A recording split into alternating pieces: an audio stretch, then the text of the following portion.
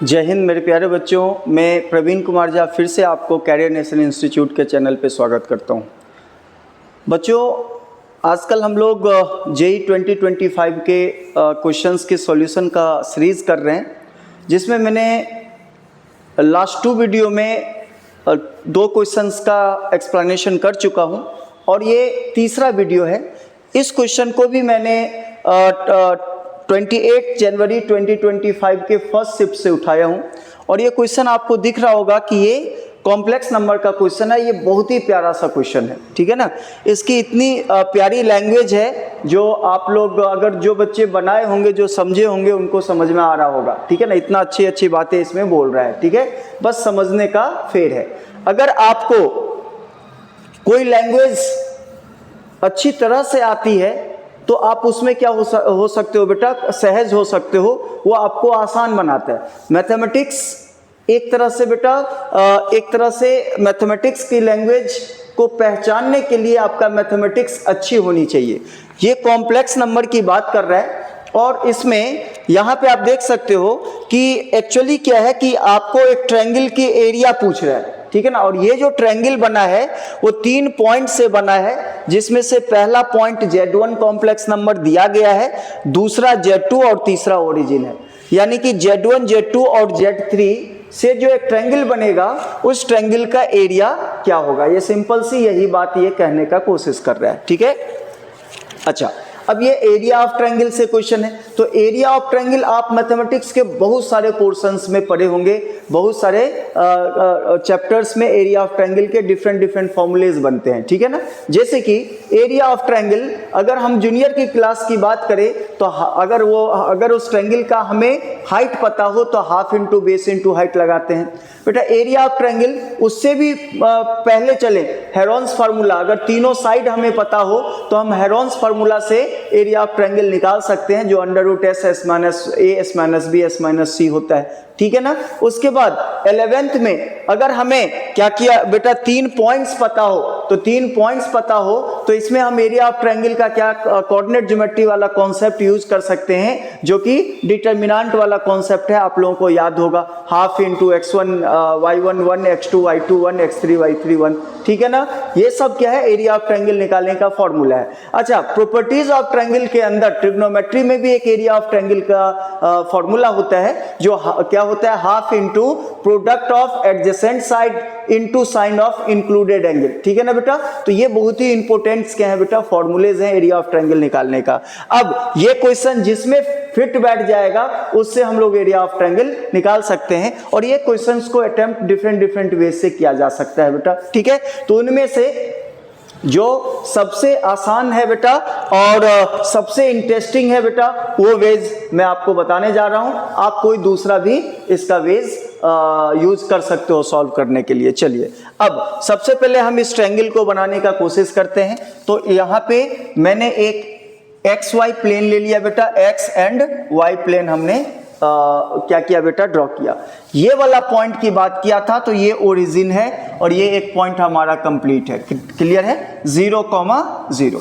अब Z1 आपको दिया गया है तो Z1 मान लेते हैं बेटा, यहाँ पे आपका ये Z1 कॉम्प्लेक्स आ रहा है और इसकी जो कोऑर्डिनेट्स है बेटा, वो इसकी रियल पार्ट और इमेजिनरी पार्ट, यानी √3 X कोऑर्डिनेट होगा एंड 2√2 इसके Y कोऑर्डिनेट होंगे। चलो, अब यहां से लेके यहां तक का जो डिस्टेंस होगा बेटा, वो डिस्टेंस हम लोग डिस्टेंस फॉर्मूला से भी फाइंड कर सकते हैं, या फिर इस कॉम्प्लेक्स की जो मॉडुलस होता है वही उसकी लेंथ होती है बेटा, है ना। उसके ओरिजिन से जो आप लाइन ज्वाइन करते हो उसकी लेंथ होती है। तो आप अगर इसकी मॉडुलस निकालते हो, यानी कि मॉड Z1 का मॉड कितना होगा, स्क्वायर रूट ऑफ क्या होता है, इसकी रियल पार्ट का स्क्वायर प्लस इमेजिनरी पार्ट का स्क्वायर। तो √3 का स्क्वायर 3 अब प्लस इसका जब स्क्वायर करेंगे तो 8, यानी कि इसकी मॉडुलस कितने की इक्वल आ गया, √11 की इक्वल आ गया। और ये आप आराम से देख सकते हो, ठीक है। अच्छा, अगर इसकी आर्गुमेंट की बात होती तो ये वाला जो एंगल बनता है बेटा, यही क्या होता है argument, anti clockwise direction real axis से जो एंगल बनाता है, कौन सा, वो कॉम्प्लेक्स नंबर का लाइन, तो वो हमारा क्या कहलाता है, उसकी आर्गुमेंट। ठीक है, और आर्गुमेंट कैसे निकलता है, tan inverse y by x के फॉर्मूला से, अगर ये फर्स्ट क्वाड्रेंट में है और अलग अलग क्वाड्रेंट का अलग अलग फॉर्मूला होता है, तो ये आर्गुमेंट की वैल्यू हो जाएगी। तो यहाँ पे हमें अभी आर्गुमेंट की जरूरत नहीं है, आगे देखते हैं क्या आता है। चलो, तो हमने 2 पॉइंट पता कर लिया, एक तो ओरिजिन था और एक हमारा Z1 था। ठीक है, अब आइए Z2 में। तो Z2 क्या है, तो इसके लिए ये 2 इंफॉर्मेशन है बेटा, यही बहुत ही प्यारा सा क्या है लैंग्वेज यूज किया है। क्या है कि Z2 का जो मॉड होगा, यानी कि Z2 वाले जो पॉइंट होगा उसका ओरिजिन से लेंथ जो है वो √3 टाइम्स ऑफ Z1 है। तो यानी कि Z1 के मॉडुलस कितना है बेटा, √11, Z1 का लेंथ √11, इसका जो √3 टाइम्स होगा वो Z2 का लेंथ हो जाएगा। यानी यहां से हम क्या करेंगे, Z2 तक जाने के लिए ये जो लेंथ हो गया, यानी कि Z2 का जो मैग्नीट्यूड है वो √3 times of magnitude of Z1 की बात कर रहा है। और मैग्नीट्यूड ऑफ Z1 कितना है, magnitude of Z1 that means, इसको अगर हम सॉल्व करें तो इसकी वैल्यू अंडर रूट कितना आता है बेटा, 33 आता है। तो ये आपका Z2 का मैग्नीट्यूड आ गया। अब ध्यान से देखना, मैंने इस पॉइंट को इससे जोड़ दिया, तो क्या यहाँ पे एक ट्रायंगल बन गया। इसी ट्रायंगल का आपको एरिया पूछ रहा है। इस ट्रायंगल में Z1 Z2 और ओरिजिन आ रहे हैं, Z1 Z2 ओरिजिन से जो ट्रायंगल बनेगा उसका एरिया, यानी कि आपको क्या करना है, इस ट्रायंगल का क्या फाइंड करना है, क्वेश्चन के अकॉर्डिंगली इसका क्या पूछ रहा है, एरिया कितना होगा। चलो, अब एरिया निकालने के लिए हमें क्या क्या है, इस साइड की लेंथ और इस साइड की लेंथ पता है, यानी कि 2 साइड एडजेसेंट साइड की लेंथ पता है। अगर कैसे भी करके ये जो हमें दोनों के बीच का जो इंक्लूडिंग एंगल मिल जाता तो काम बन जाता। ठीक है ना।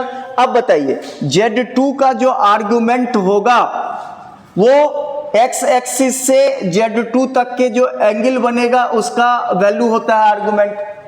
अब देखिए, Z2 का जो आर्गुमेंट दे रखा है वो Z1 की आर्गुमेंट से 30 डिग्री ज्यादा दे रखा है, यानी कि ये यहां से यहां तक तो Z1 का आर्गुमेंट रहा, इससे 30 डिग्री आगे बढ़ा दो, ये Z2 का आर्गुमेंट हो जाएगा। तो ये जो एंगल है बेटा, ये कितने डिग्री का हो गया बेटा, 30 डिग्री का। क्लियर है। तो इस ट्रायंगल में जो एंगल कवर्ड हुआ वो 30 डिग्री का, ये दोनों साइड का इंक्लूडिंग एंगल है। ठीक है। अब आपके पास यानी कि 2 साइड की लेंथ पता है, दोनों एडजेसेंट साइड है और उसके बीच का एंगल पता है, तो हम लोग इसको कौन से फॉर्मूला पे ले आएंगे, ट्रिग्नोमेट्री वाला फॉर्मूला, यानी कि इसकी जो एरिया होगा, एरिया ऑफ ट्रायंगल, एरिया बराबर क्या होता है, half into product of adjacent side, √11 into √33 into sine of including angle कितना है बेटा, 30 डिग्री। कर लो इसको सॉल्व और जो भी आए आंसर में आप चेक कर लेना। तो इसको जब हम सॉल्व करते हैं तो हाफ इंटू कितना आ गया, इसको मल्टीप्लाई करो तो √3 इंटू 3, √11 इंटू 3 कर देते हैं और √11 यानी कि 11 √3 हो जाएगा और इंटू साइन 30 की वैल्यू 1/2, यानी फाइनली आंसर 11 √3/4 और यही आपके ऑप्शंस में होगा, यानी कि ये ऑप्शन बी इसका क्या है बेटा, सही है। तो ये क्वेश्चन मुझे बहुत ही शानदार लगा था क्योंकि इसकी जो बातें हैं बेटा वो बहुत प्यारी सी बातें हैं। ठीक है ना। तो इसको हम लोग ऐसे बनाए, अगर आप ये वाला पॉइंट निकाल लेते, ये वाला पॉइंट निकल जाता और निकल ही जाता, क्योंकि Z2 का हमें क्या पता है बेटा, मैग्नीट्यूड पता है, और Z2 का हमें क्या निकल जाएगा बेटा, यहां से आर्गुमेंट भी निकल जाएगा, क्योंकि Z2 का आर्गुमेंट क्या है, Z1 की आर्गुमेंट प्लस 30 डिग्री। Z1 की आर्गुमेंट हम आराम से निकाल सकते थे क्योंकि Z1 दिया हुआ है tan इनवर्स y/x लगा के, तो इससे Z2 की आर्गुमेंट निकल जाता, यानी r और थीटा पता चल जाता। तो हम लोग क्या इसको किस फॉर्म में लिख देते, पोलर फॉर्म में। ठीक है ना। यानी कि x1 उसका कितना होता, r cos थीटा, एंड इसका y1 कितना होता है बेटा, r sin थीटा, जिससे ये पॉइंट पता चल जाता। उसके बाद आपको ये पॉइंट और ये पॉइंट, तीनों पॉइंट पता चल गया तो हम इसमें क्या लगाते थे, डिटर्मिनेंट वाले कॉन्सेप्ट से भी लगा देते, लेकिन वो काफी लेंदी हो जाता बेटा, क्योंकि ये इरेशनल नंबर्स हैं, इसकी डिटर्मिनेंट सॉल्व करने में कैलकुलेशन आपका लेंदी हो जाता। क्लियर है। तो सबसे बेस्ट मेथड ये था। इसमें हमें देखो कितनी आसानी से, कितना आसान कैलकुलेशन से हमने इसका आंसर निकाल दिया। ठीक है ना, तो आई होप ये क्वेश्चन आपको समझ में आया होगा। अब अगले क्वेश्चन के लिए आप अगले वीडियो का इंतजार करना, है ना। जल्दी से जल्दी मैं वो वीडियो लेके आऊंगा इसके नेक्स्ट क्वेश्चंस का, है ना। और इसी ऐसे ही वीडियो के जरिए आपके सारे के सारे क्वेश्चंस का सॉल्यूशन करवा दूंगा। ठीक है, तो आज के लिए इतना ही, धन्यवाद।